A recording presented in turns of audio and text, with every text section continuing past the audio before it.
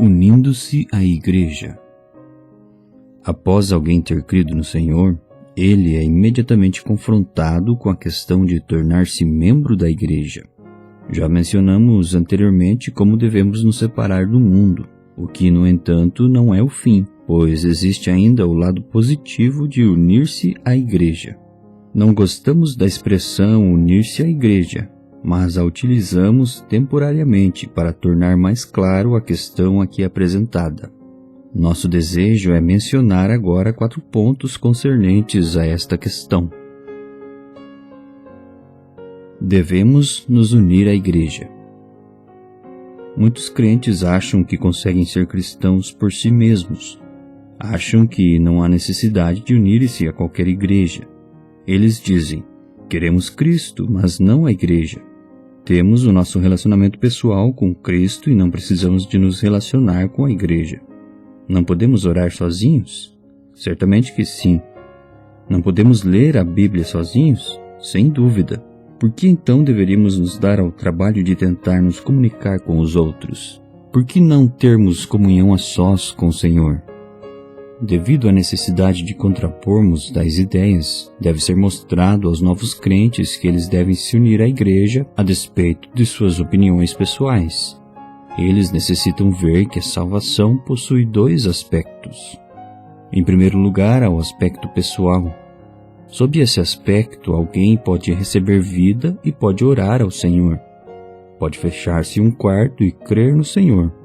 Mas se tudo que conhecer for este aspecto pessoal da salvação, ele não terá um desenvolvimento normal, não conseguirá perseverar e nem tampouco terá grande progresso. Nunca se viu um crente do tipo ermitão progredir muito na vida cristã. Há alguns, no entanto, que creem que um cristão pode ser como um ermitão, escondido nas montanhas, alheio a tudo exceto a comunhão com o Senhor. Devemos observar, entretanto, que a edificação espiritual de pessoas assim é, em geral, um tanto superficial, pois quando confrontadas com teste ou provações reais, elas são incapazes de suportá-los. Quando as circunstâncias aparentemente são favoráveis, elas talvez consigam prosseguir. Em circunstâncias adversas, porém, são incapazes de perseverar. A vida cristã possui um outro aspecto, o aspecto corporativo. A palavra de Deus nos ensina que, sob o ponto de vista corporativo, ninguém pode ser um cristão independente. Tão logo alguém é salvo, ele se torna um membro da família de Deus, um dos filhos de Deus. Essa é uma das primeiras revelações na Bíblia. Aquele que nasce de novo dentro da casa de Deus torna-se então um filho dentre muitos outros. A revelação seguinte é que todos os salvos se tornam juntamente a habitação de Deus, a casa de Deus. Esta casa difere da primeira por ser um lugar de habitação, enquanto a primeira é um lar.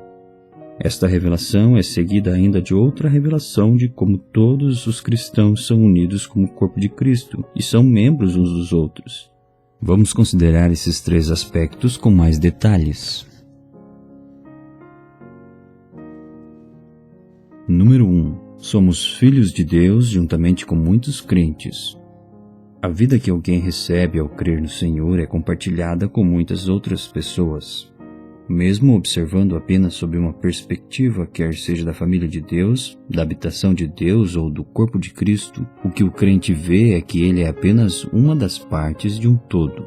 Como pode ele desejar então viver isoladamente? Agir assim certamente significa perder a plenitude que há em Deus.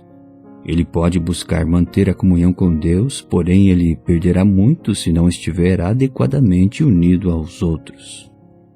Ele não será capaz de transmitir plenamente a luz da vida mais alta e abundante, pois é somente na igreja que essa plenitude é encontrada. Como poderia alguém pertencer a uma família de 5 irmãos e irmãs e não comunicar-se com eles? Se sou filho único, não posso me comunicar com meus irmãos e irmãs porque eles não existem. Se não sou filho único, mas um dentre 5, apenas parte da família, como ousaria sugerir não me relacionar com meus irmãos e irmãs e me considerar filho único do meu pai? Poderia eu me fechar em um quarto e dizer para o resto da família para não me incomodar porque sou o filho único? Poderia então não ter mais nada a ver com eles? Ao crer no Senhor, alguém não se torna o filho único. Na verdade, ele se torna um filho dentre milhares. É exatamente esse fato que elimina a possibilidade de alguém voltar-se exclusivamente em direção ao Pai. Apesar de ser possível ser filho único em uma família terrena, ao crer no Senhor você nasce dentro da maior família no mundo. Família alguma pode ser maior do que esta família de Deus, pois ela inclui inúmeros irmãos e irmãs. Não os despreze pelo fato de serem tantos, pelo contrário. Procure conhecê-los e comunicar-se com eles, uma vez que você mesmo é um deles. Se você não possui desejo algum de ver seus irmãos e irmãs, eu me pergunto se você é realmente um irmão ou irmã no Senhor. Como pode alguém que é nascido de Deus não ser tocado em seu coração por aqueles que também são nascidos de Deus? Poderia ele recusar-se a estender a eles a destra da comunhão? Preocupar-se somente com o bem-estar próprio não é um conceito cristão. Pertencer a uma família envolve ser irmão para com os irmãos e irmã para com as irmãs. Tal relacionamento tem sua origem na vida de Deus e é cheio de amor. Quem não anseia pelos irmãos e irmãs? Quem não deseja encontrá-los e ter comunhão com eles? Isto é algo maravilhoso. Por favor, lembre-se de que mesmo recebendo a vida de Deus pessoalmente, a vida que você recebe pertence a milhares de filhos de Deus. O que você recebe é apenas uma parte de um todo. A própria natureza de sua nova vida não é independência. Ela requer que você tenha comunhão com os demais irmãos e irmãs. 2. A igreja é a habitação de Deus. Consideremos agora o segundo ponto. A Bíblia nos revela a coisa mais maravilhosa quando nos mostra que a igreja é a habitação de Deus. Isso é encontrado no capítulo 2 de Efésios. Todas as revelações em Efésios possuem tremendas dimensões, e esta, no capítulo 2, é uma delas. Devemos saber que Deus possui um lugar de habitação, uma residência na terra. A ideia na Bíblia de uma habitação para Deus começa com o tabernáculo e continua até os dias presentes. No passado, Deus habitou em uma casa magnífica, o Templo de Salomão. Ele agora habita na igreja, porque hoje a igreja é a habitação de Deus. Nós, que somos muitos, fomos unidos para sermos a habitação de Deus. Como indivíduos, no entanto, não somos. São necessários muitos dos filhos de Deus para serem a sua casa em espírito. Isto está de acordo com 1 Pedro 2, versículo 5. Também vós mesmos, como pedras que vivem, sois edificados casa espiritual. Como essa casa é edificada? Com pedras vivas, não pedras mortas. O Templo de Salomão foi construído com pedras mortas, mas a casa de Deus hoje é edificada com pedras vivas. Pedro era uma pedra viva, pois este é o significado do seu nome. Ao colocar juntas essas pedras vivas, Deus obtém o seu templo. Pode um crente sozinho ser uma casa? É um mau sinal se não existem pedras edificadas sobre outras pedras, pois expressa a ideia de ruínas. Quando não há pedra edificada sobre outra pedra, isso fala da desolação que vem após o julgamento. Para que uma casa seja edificada, é necessário que pedras sejam edificadas umas sobre as outras e ligadas umas às outras. Graças a Deus você foi salvo, confiou no Senhor Jesus e agora você é uma pedra. Portanto, não esconda sua pedra em algum lugar isolado. Permita que ela seja edificada juntamente com outras pedras, e assim você terá uma casa. Deixar pedras espalhadas e separadas não é apenas inútil, mas também pode se tornar motivo de tropeço. Tão logo alguém crê no Senhor, ele se torna uma das pedras na habitação de Deus. Mas enquanto não se relaciona com outras pedras, ele é inútil. É como peças em um automóvel. O carro só é capaz de se movimentar se todas as muitas peças forem colocadas juntas. Que utilidade tem alguém que permanece sozinho? Ele não irá usufruir plenamente das riquezas de Deus. Não ousamos dizer que pedras vivas que permanecem sozinhas se tornam pedras mortas. Mas certamente é verdadeiro que uma pedra, apesar de viva, vai perder sua utilidade e não irá gozar plenamente das riquezas espirituais, se não estiver ligada a outras pedras, para se tornarem a habitação de Deus. Podemos conter as riquezas de Deus somente quando, como pedras vivas, estivermos ligados uns aos outros. Somente então Deus poderá habitar em nosso meio. Por isso deve haver convicção em nosso coração de que devemos estar unidos à Igreja. É maravilhoso saber que alguém é salvo. Lembro-me de algo que li certa vez que o Sr. Stoney havia dito há aproximadamente um século. Algo maravilhoso aconteceu depois de ter sido salvo. Um dia soube que eu era uma parte do material para a edificação do lugar de habitação de Cristo. Foi maravilhoso demais para mim. Quando naquele dia li aquilo, senti que aquelas palavras eram bem comuns. Não pude ver a maravilha que elas representavam. Mas, quando me lembro delas hoje, concordo com elas de todo o coração. Se alguém verdadeiramente vê o que o Sr. Stoney viu, certamente ficará maravilhado também. Graças a Deus, verdadeiramente somos material para a casa espiritual de Cristo.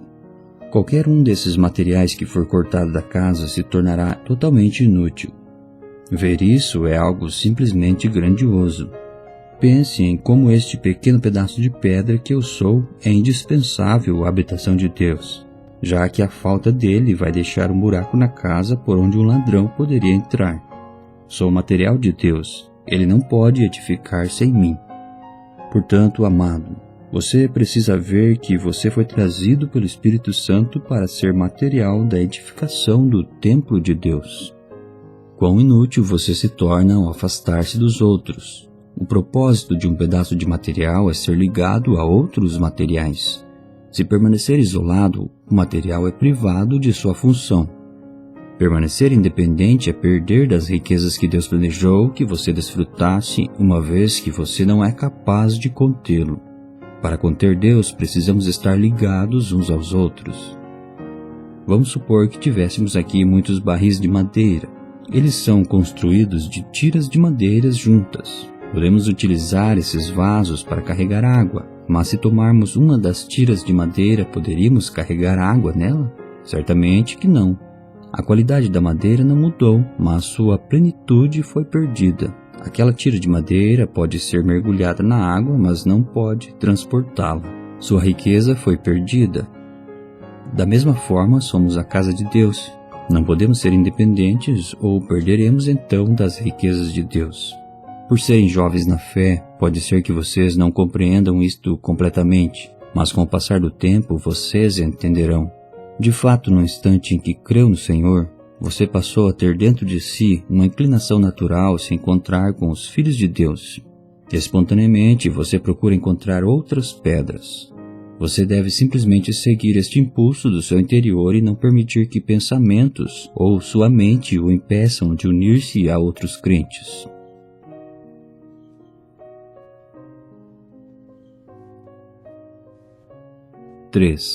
Juntos nos tornamos o corpo de Cristo. Somos um no corpo de Cristo. Tornamo-nos um corpo, o corpo de Cristo. Há somente um corpo, Efésios 4, versículo 4. Porque assim como o corpo é um e tem muitos membros, e todos os membros, sendo muitos, constituem um só corpo, assim também com respeito a Cristo. 1 Coríntios 12, versículo 12. Com essas palavras, vemos quão absolutamente impossível é alguém ser independente. Como membro de uma família terrena, posso recusar ter qualquer coisa a ver com meus irmãos e irmãs, caso eu seja tão peculiar a ponto de querer cultivar um relacionamento com meu pai como se fosse o filho único. Da mesma forma, ainda que eu seja uma pedra viva dentre muitas outras, para sermos feitos habitação de Deus, posso ser tão excêntrico a ponto de não desejar ser edificado juntamente com outros. Pedro era uma pedra viva mesmo antes de ser edificado com outros, mas era apenas uma única pedra. Talvez o meu desejo seja ser um cristão por mim mesmo, isolado, não me importando se há um buraco na casa. Deus nos mostra ainda mais que somos mais do que pedras na casa ou irmãos em uma família. Somos um corpo. Você pode ser um olho, uma boca, uma mão, um pé ou qualquer outro órgão no corpo. Um olho é extremamente útil para o corpo, mas se for deixado em casa, é inútil. Uma mão unida ao braço é eficaz, mas será ineficaz se for guardada em um recipiente de vidro. Um pé devidamente ajustado ao corpo é de grande serventia, mas que valor terá se for deixado para trás? O corpo é de uma tal forma que nenhum membro pode ser dele cortado e continuar a ser útil. O relacionamento entre uma parte e outra é muito direta e profunda. Se ao visitar uma casa você deparasse com uma perna em cima da mesa, uma mão debaixo de uma cadeira ou uma orelha sobre o assoalho, provavelmente nunca mais voltaria ali. Quão repugnante seria recolher uma mão, uma boca, um nariz, um olho ou uma orelha do chão. Aquilo que é do corpo não pode ser separado dele. A família de Deus pode ser forçada a ser partida. O templo de Deus também pode ser destruído. Mas o corpo de Cristo não pode ser separado. Nem o ouvido, nem a mão, nem o pé pode iradamente declarar sua independência. Não, todos os membros do corpo devem estar unidos, formando uma unidade. O Senhor não deu a ninguém isoladamente toda a plenitude de vida. A vida que recebemos não nos permite ser independentes, já que a nossa vida depende da vida de outros. É uma vida dependente. Eu dependo de você e você depende de mim. Lembre-se que nenhum membro do corpo pode ser independente, pois a independência significa morte certa. Isolamento tira a vida, bem como sua plenitude. Esperamos, portanto, que os recém-convertidos entendam que eles devem unir-se aos outros cristãos. Não devemos ser o caso de serem cristãos por vários anos e ainda permanecerem sozinhos. Deus não nos deu uma vida independente, estamos mutuamente ligados. Você já ouviu falar de instituições subsidiárias ou pessoas subordinadas? Todos os cristãos são assim subordinados, uma vez que ninguém é capaz de estar sozinho diante de Deus. Todos nós subsistimos da vida de outros cristãos. Nós vimos isso somente após muitos anos de aprendizado.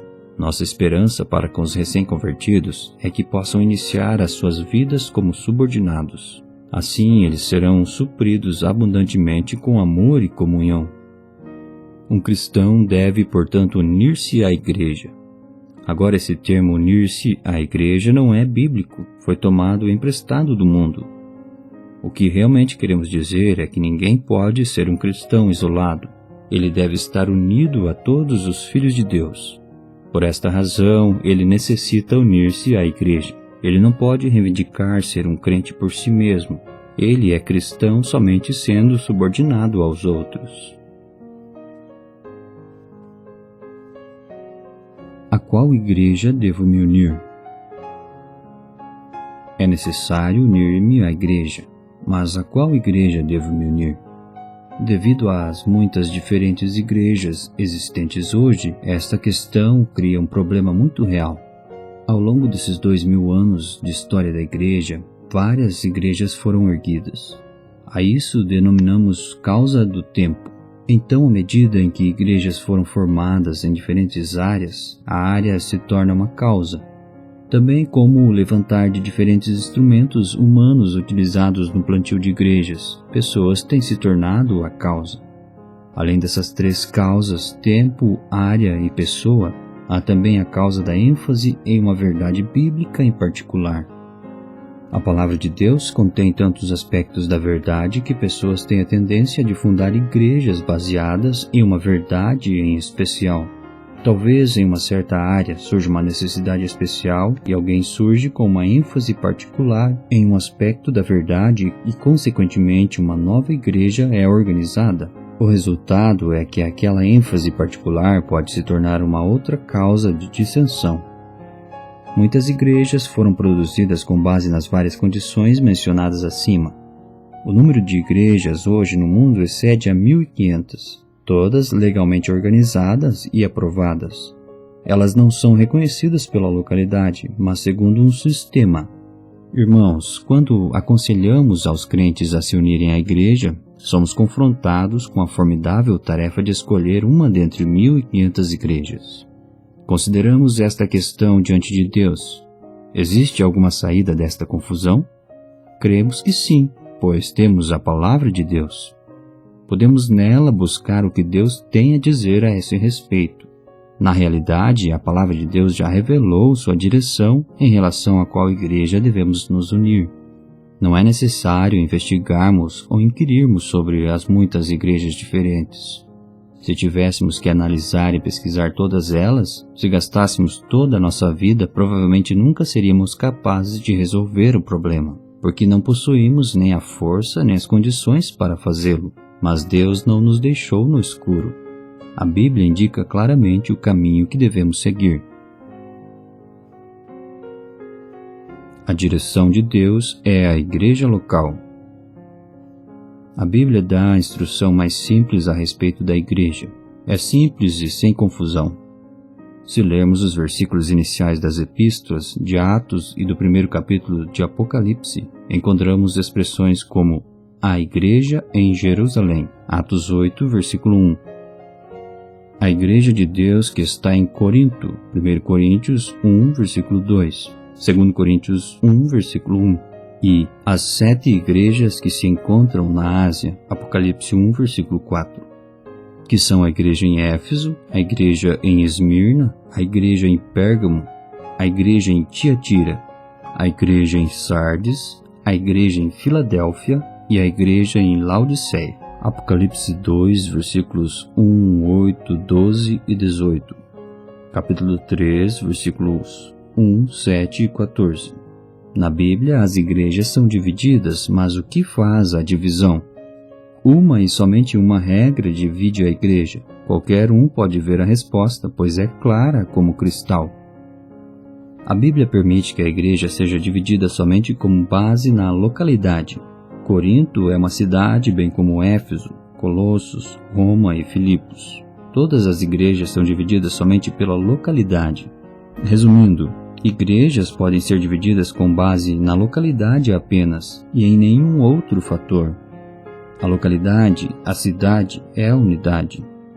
Uma vez que Corinto, Éfeso e Colossos são todas cidades, o limite da igreja é a cidade. Localidade constitui a unidade básica. Tanto a menor como a maior igreja tem como unidade a localidade. Qualquer coisa menor do que uma localidade não pode ser considerada igreja. Nem tampouco pode ser considerada igreja se for maior do que a localidade. Isso é muito claro em 1 Coríntios. Ali é mencionada a igreja que está em Corinto. Quando algumas pessoas na igreja em Corinto se identificam como de Cefas, de Paulo, de Apolo e de Cristo, elas dividem a igreja em Corinto em 4 partes. Isso faz com que a igreja fique muito pequena. Portanto, Paulo os repreende por causa das suas divisões. Paulo é bom, como Apolo e Cefas também o são, mas não é bom dividir segundo esses homens. A igreja pode ser dividida somente segundo a localidade e não segundo os apóstolos. Divisão segundo os apóstolos é condenada na Bíblia, como sendo divisões na carne. Tais divisões resultam em seitas. No entanto, o escopo da igreja não deve exceder o da localidade. Ao lermos a Bíblia, encontramos as igrejas da Galácia, Gálatas 1, versículo 2. As igrejas da Ásia, 1 Coríntios 16, versículo 19. As igrejas por toda a Judéia, Atos 9, versículo 31. Havia várias igrejas na Judéia, na Galácia e na Ásia. Daí serem chamadas no livro de Atos de igrejas na Judéia. Em Gálatas, as igrejas na Galácia. Em Apocalipse, as igrejas na Ásia. Originalmente, a Judéia era uma nação, mas naquela época havia se tornado uma província romana. As várias igrejas em diferentes localidades daquela província não podiam ser combinadas para formar uma única igreja. Por isso, o registro de Atos refere-se a elas como as igrejas por toda a Judéia. A Galácia também era uma província romana, não apenas uma cidade. Havia ali também várias igrejas, portanto, o plural da palavra igreja foi utilizado para designar as igrejas na Galácia. Essas igrejas nunca foram denominadas a igreja na Galácia, mostrando assim que a igreja não deve ir além dos limites da localidade.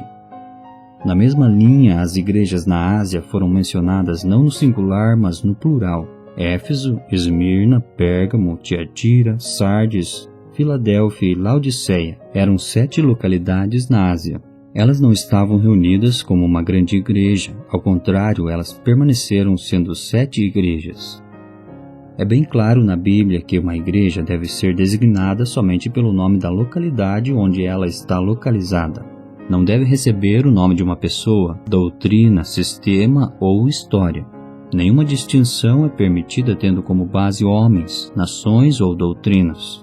A palavra de Deus permite a distinção apenas por localidade. Para mudar sua afiliação a uma igreja, é necessário que a pessoa se mude daquela localidade. Se ela quiser mudar de igreja, ela deve mudar para outra localidade. Deus reconhece apenas a distinção com base na localidade. Ele não justificará nenhuma outra base.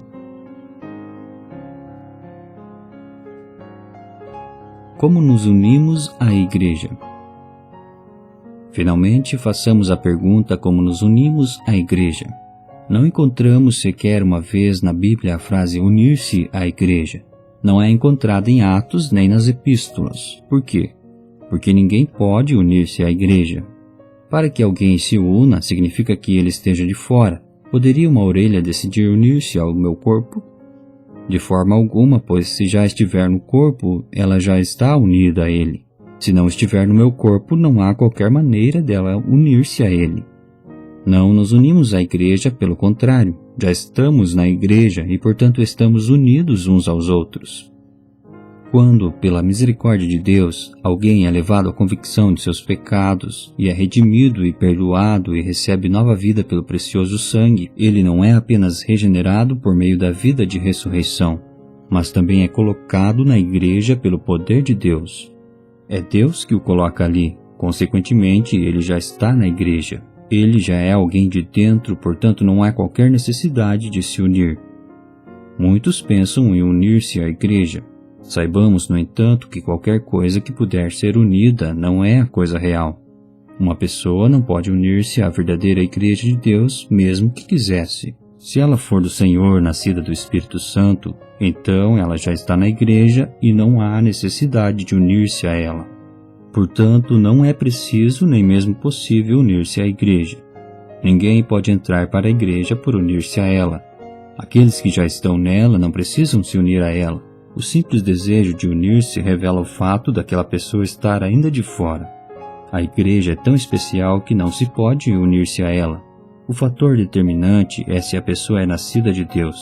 Se ela é, então faz parte da igreja. Se ela não é nascida de Deus, não há como fazer parte.